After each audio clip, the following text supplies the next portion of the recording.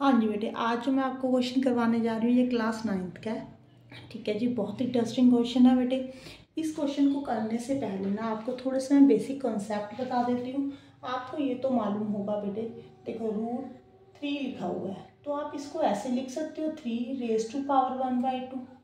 जो रूट होता है उसका मतलब क्या होता है 1/2। ठीक है जी।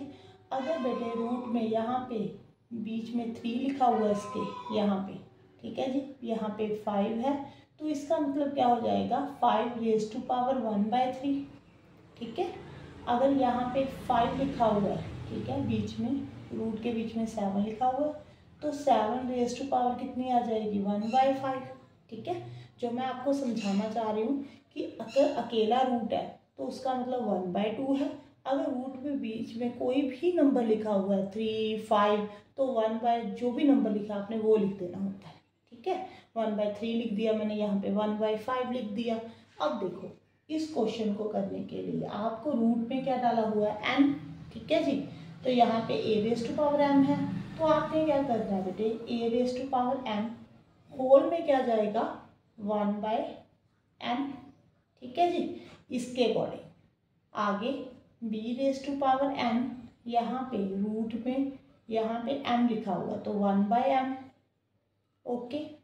और आप बताओ मुझे ab⁻m और यहाँ पे होल में क्या जाएगा, यहाँ पे रूट में क्या लिखा हुआ है m तो 1/m। ओके। अब आपने एक रूल पढ़ा हुआ है बेटे, अगर मान लो 3 की पावर 2 है उसके ऊपर पावर जो है 6 है, ठीक है, तो हम दोनों पावर को क्या कर देते हैं मल्टीप्लाई कर देते हैं। यही आपने रूल पढ़ा हुआ है ना, 8th क्लास में पढ़े थे। अगर यहाँ पे 3⁻2 है, ऊपर होल में पावर जो है 1/3 है तो 3 कितनी बन जाएगी 2/3। 2 1 2 ऐसे ही करते थे। अब देखो अगर यहाँ पे a⁻m है, ऊपर होल में 1/m है तो दोनों को मल्टीप्लाई कर देना पावर को, तो क्या बन जाएगा a⁻m/n।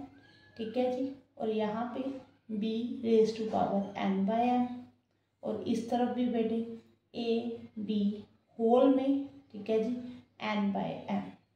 ओके, क्लियर है बेटे। आगे देखो, अब आपको ये भी मालूम होगा, अगर मान लो 3 × 4 लिखा हुआ है, ठीक है जी, 1/2 लिखा हुआ है, चलो 1/3 मान लिया।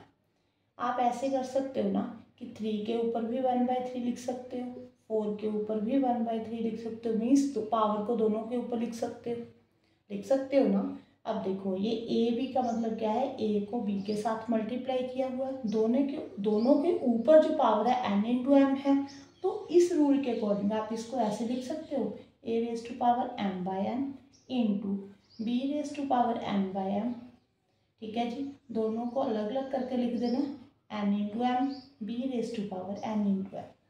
ये वाला रूल यूज़ किया है। ठीक है, याद रखना बेटे। अब देखो ये दोनों सेम हो गए, ठीक है जी, कट कर दो, चाहे आप ऐसे बोल दो कि b की पावर यहाँ पे मान लो b की पावर 2 है, नीचे भी b की पावर 2 है तो b2 - 2 हो जाएगा, b की पावर 0 हो गई तो भी 1 हो जाएगा, मीन्स ये तो कैंसिल ही कर दो। आगे देखो आपके पास क्या रह गया a⁻m/n।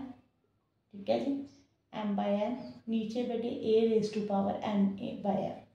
ठीक है। अगर यहीं पे क्वेश्चन छोड़ना चाहते हो तो ठीक है बेटे, नहीं तो आपने एक रूल पढ़ा हुआ है, अगर a⁻m हो डिवाइड में a⁻n हो, ऐसे हो, मीन्स बेस सेम है पावर डिफरेंट है, तो दोनों ऊपर वाली पावर क्या हो जाती है माइनस हो जाती है। पढ़ा हुआ है ना कि अगर बेस सेम है पावर डिफरेंट है तो दोनों को आपने माइनस कर देना होता है। देखो यहाँ पे बेस सेम है, a पावर यहाँ पे m/n है, यहाँ पे n/m है, तो आप इसको ऐसे लिख सकते हो बेटे a⁻m/n - n/m। ठीक है जी। अगर एलसीएम लेकर भी सॉल्व करना चाहते हो तो आगे थोड़ा सा एक्सपेंड कर दो, नहीं तो अगर आप यहीं पे छोड़ दोगे तो भी कोई गलत नहीं है बेटे। यहाँ पे अगर देखो एक्सपेंड करना है तो mn एलसीएम आ जाएगा, यहाँ पे m² - n²। ठीक है जी। इससे आगे आप कुछ नहीं कर सकते, बस यही आपका आंसर होगा बेटे। इस क्वेश्चन में प्रॉब्लम क्या है, बच्चों को बेसिक कॉन्सेप्ट जो है ना वो क्लियर नहीं होते, नहीं तो क्वेश्चन कोई मुश्किल नहीं था। अगर क्वेश्चन इंटरेस्टिंग लगे तो वीडियो को लाइक कर देना बेटे, और चैनल को सब्सक्राइब कर देना ऐसे इंटरेस्टिंग क्वेश्चन देखने के लिए। और कमेंट बॉक्स में बताना कि आपको क्वेश्चन कैसा लगा, ठीक है, और आपको कैसे समझ में आया। Thank you for watching.